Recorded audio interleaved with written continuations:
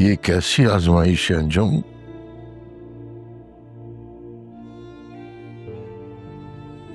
एक ही तो औलाद थी हमारी,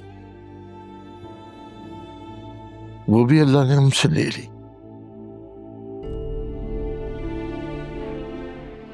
क्यों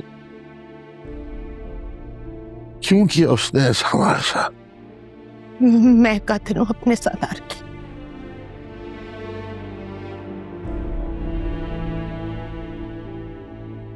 मैंने कत्ल किया अपने बेटे को। मुझसे कह रहा था कि मॉम मैं थक गया,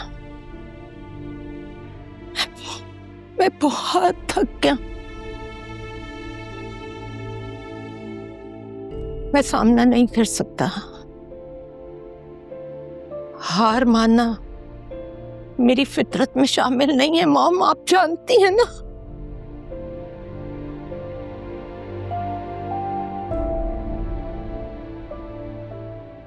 अब आप अपने हाथों से मेरी जान ले लें। मेरे हाथ कांप रहे थे, लरज रहे थे, और मैंने घबरा के गन फेंक दी।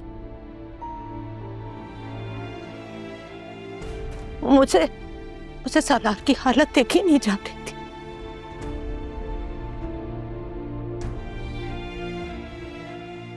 और मैं उससे मुंह मोड़ के खड़ी हो गई और मैं रोने लगी। मैं रोने लगी।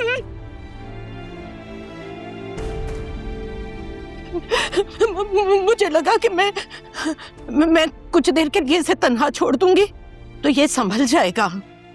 ये सोच के मैंने मुंह मोड़ लिया। अचानक से फायर किया, आवाज आई, मैंने पलट कर देखा तो खून ही खून था। सरदार का खून ही खून था।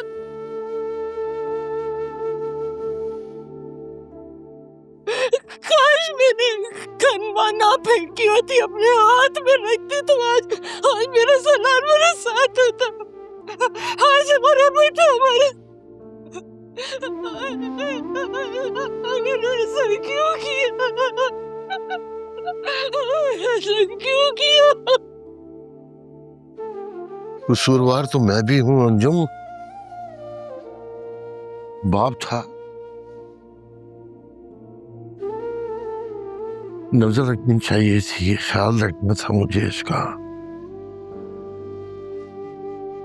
मैंने क्यों ऐसा सोच लिया कि ये बड़ा हो गया है, जो कुछ करेगा सही करेगा। अगर मैंने ध्यान दिया होता तो शायद उसकी दोस्ती क्रिमिनल्स लोगों से ना हुई होती।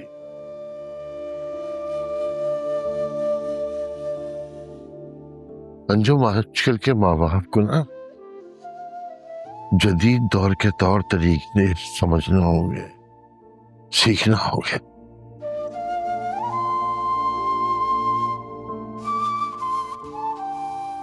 शायद उनकी औलाद इस बेरहमी से बच सके।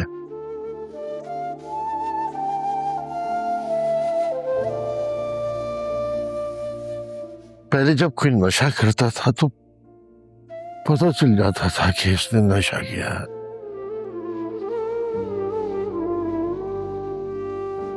उसके लहजे से, उसकी चाल से, उसके रवैये से। मगर इस जदीद दौर में माँ बाप को पता ही नहीं चलता कि उनकी औलाद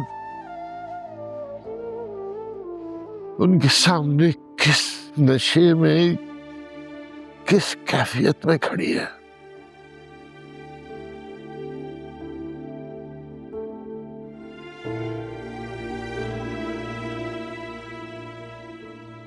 माँ बाप को बचपन से बुढ़ापे तक अपने बच्चों से दोस्ती रखनी चाहिए।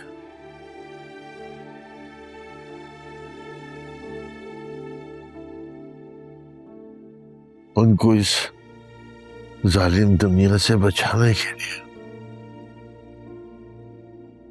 शायद इसीलिए इतने साल जिंदगी गुजारने के बाद भी मैं पहचान ही नहीं सका कि मेरे बेटे को नशे की ऐसी लत लग गई कि वो अपनी जान पे कह लिया। उसे इतनी भी सोच नहीं आई कि उसका जनाजा उठाने के लिए हमारे कंधे बहुत कमजोर हो गए।